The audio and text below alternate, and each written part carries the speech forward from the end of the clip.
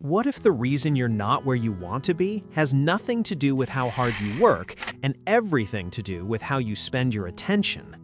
You've been told just wake up earlier or hustle harder, but here's the truth no one admits. You don't need more hours, you need better ownership of the ones you already have. Because right now, while you're reading this, time is slipping through your fingers like sand. Not because you're lazy, but because you're operating on autopilot, reacting instead of designing your day. Geniuses aren't born with more time. They treat time like sacred real estate. Every minute is allocated with intention, not wasted on default settings. So, ask yourself this. If you had to prove, using only your calendar, that you're serious about your goals, would the evidence hold up? If not, that's okay, because today we're rebuilding your relationship with time from the ground up. We'll cover 4 pillars of true time mastery. 1. Shifting from time management to time ownership. 2. Mapping your energy peaks instead of fighting your biology.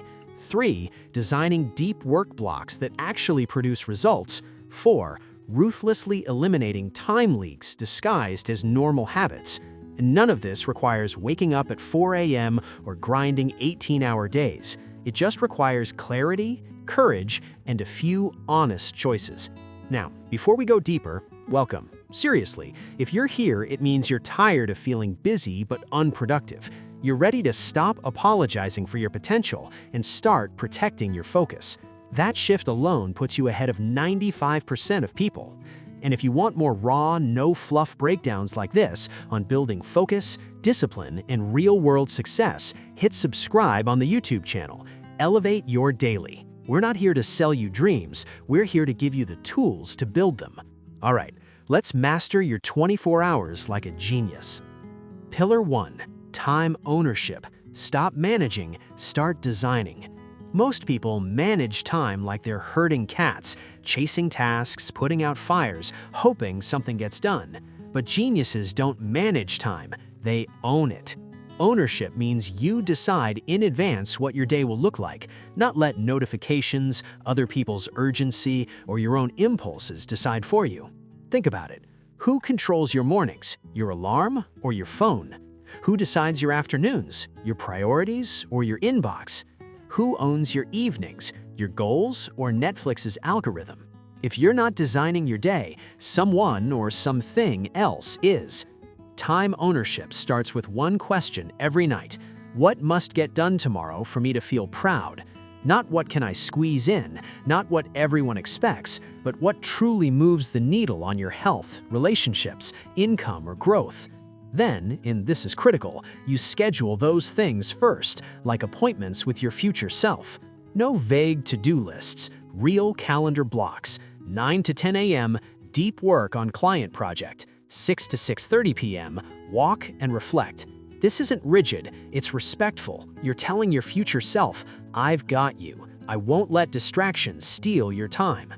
How to start tonight?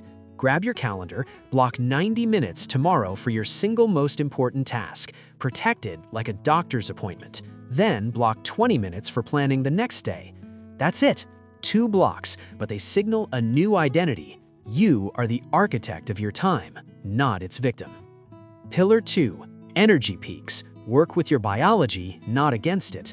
Here's a myth. You should do your hardest work first thing in the morning. Truth?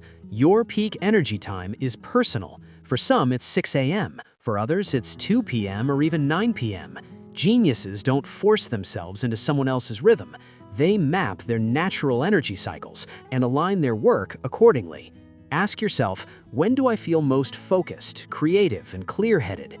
When do I drag, zone out, or crave caffeine just to function? Most people waste their peak energy on low-value tasks, checking email, attending meetings, scrolling news, then try to do deep work when they're mentally exhausted. No wonder they burn out. The fix? Match task intensity to energy level. Peak energy, 90 to 120 minutes, deep work, writing, coding, strategizing, creating. Medium energy, administrative tasks, emails, calls, planning. Low energy, rest, routine chores, or light learning, podcasts, or reading. This isn't laziness, it's leverage. You get more high-quality output in 90 minutes of peak focus than 6 hours of distracted effort.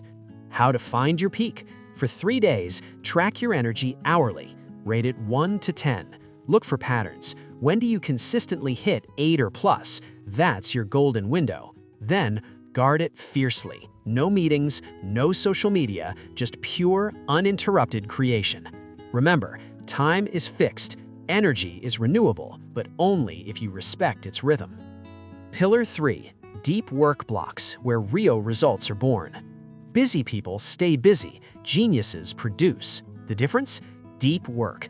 Deep work is focused, distraction-free effort on cognitively demanding tasks. It's where breakthroughs happen, where books get written, code gets built, strategies get refined. But most never experience it. Why? Because they live in shallow work, constant context switching, reactive communication, fragmented attention.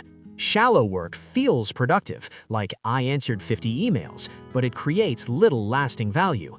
Deep work feels hard, but compounds for years. Cal Newport, who popularized the term, says, "Deep work is like a superpower in our increasingly competitive economy." And he's right. The good news is, you don't need 8 hours of it. Just 90 to 120 minutes daily of true focus can transform your output. But it requires boundaries. Silence notifications, close all related tabs, use a physical timer, tell others you're unavailable. Start small. Even 25 minutes counts. The goal is consistency, not duration. And protect this block like your income depends on it, because it does. How to start tomorrow? Identify one task that requires real thinking. Schedule it in your peak energy window. Eliminate all possible distractions. Work until the timer ends. Do this 5 days a week, and in 30 days, you'll have produced more than most do in 6 months. Pillar 4. Removing time leaks, the silent productivity killers. You could have perfect planning, but if you don't plug the leaks, your day will still drain empty. Time leaks aren't dramatic, they're quiet, normal, even socially approved. Examples: just checking your phone for 2 minutes, which becomes 25, saying yes to low-value meetings out of guilt, starting work without a plan so you wander between tasks, scrolling to relax before bed, and losing sleep. These aren't harmless, they're compound losses. 10 minutes here, 15 there, they add up to 10 to 15 hours a week lost. That's a part-time job, wasted. Geniuses audit their time like accountants. They ask, where did my attention go today? What gave me energy? What drained it? What can I eliminate, automate, or delegate? They don't moralize, they optimize. Common leaks to fix immediately. 1. Phone addiction. Turn off all non-essential notifications, keep your phone out of the bedroom, use app timers. 2. Unstructured mornings. Decide the night before what you'll do first thing, no figuring it out when you're half awake. 3. Decision fatigue. Reduce trivial choices, wear simple outfits, eat consistent meals, automate bills. 4. Digital clutter. Unsubscribe from emails, leave group chats, mute non-urgent messages. You don't need more discipline, you need fewer temptations. How to start today?